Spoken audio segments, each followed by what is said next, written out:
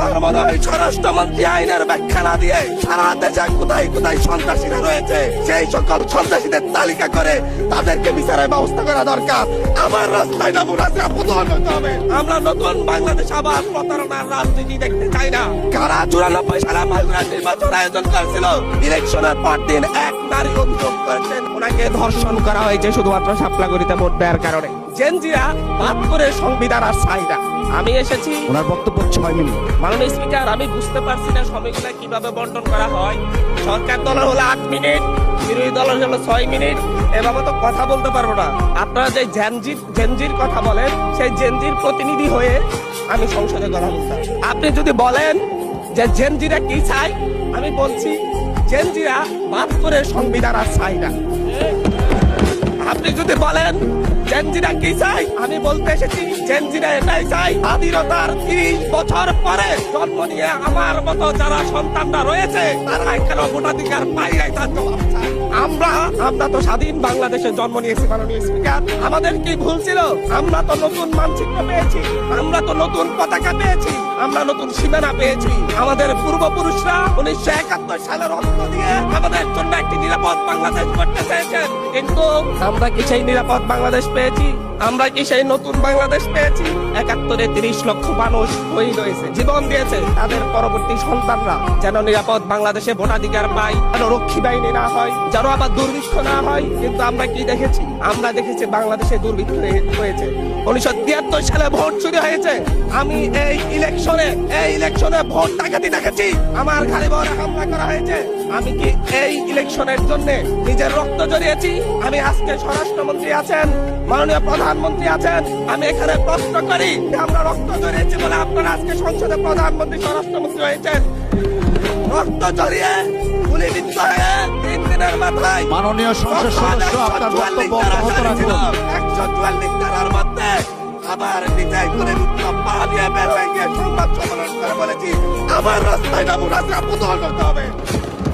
আমরা বলেছি নতুন বাংলাদেশ দিব। আমরা নতুন বাংলাদেশ আবার প্রতারণার রাজনীতি দেখতে চাই না, প্রবঞ্চনার রাজনীতি দেখতে চাই না। যেই গণভোটের পক্ষে আমাদের মাননীয় প্রধানমন্ত্রী প্রচারণা চালিয়েছেন, যে আদেশের পক্ষে মাননীয় সরকার দলীয় সংসদ সদস্যরা প্রচারণা চালিয়েছেন, আজকে এখানে সেখানে এটা নিয়ে আবার দীর্ঘ আলোচনা হতে হবে।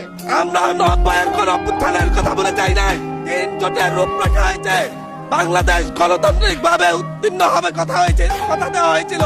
কিন্তু 94 সালের মাগুরার নির্বাচন কারা আয়োজন করেছিল? কারা 94 সালে মাগুরার নির্বাচন আয়োজন করেছিল? আজকে আবার এই সংসদে দাঁড়িয়ে আবার এমন একটা ব্যবস্থা নিয়ে যাচ্ছেন, আরেকবার যে মাগুরার নির্বাচন আয়োজন করবেন না, এর নিশ্চয়ই দেখা দিবে। আমি আমার সবচাইতে কম বয়সী প্রার্থী হিসেবে নিজের প্রার্থীটা জমা দিয়ে এলাকায় গিয়েছি প্রচারণা করতে। 3-3বার হামলার শিকার হতে হয়েছে। আমি সংসদ সদস্য হিসেবে এলাকায় গিয়েছি, সেই জায়গায় আমার উপর হামলা করেছে, সরাসরি ভিডিওতে দেখা গিয়েছে। দেশীয় অস্ত্র নিয়ে আমাকে কোপাতে আসা হয়েছে। কারা?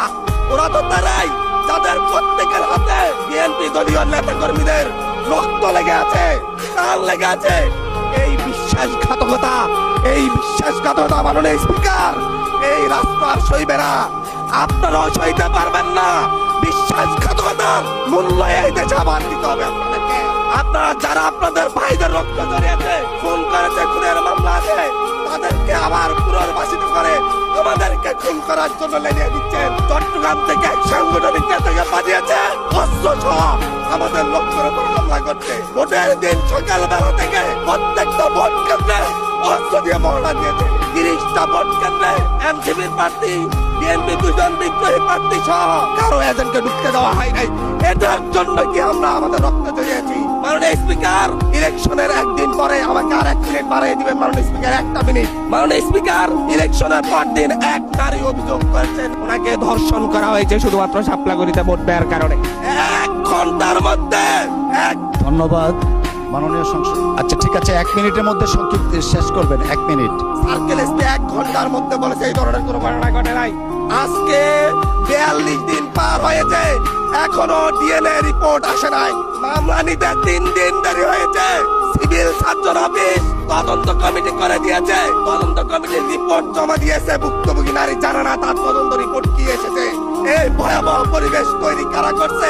আমার মনে হয় স্বরাষ্ট্রমন্ত্রী আইনের ব্যাখ্যা না দিয়ে আইনমন্ত্রী আইনের ব্যাখ্যা দিবেন। স্বরাষ্ট্রমন্ত্রীর এসবে মনোযোগ দেওয়া দরকার।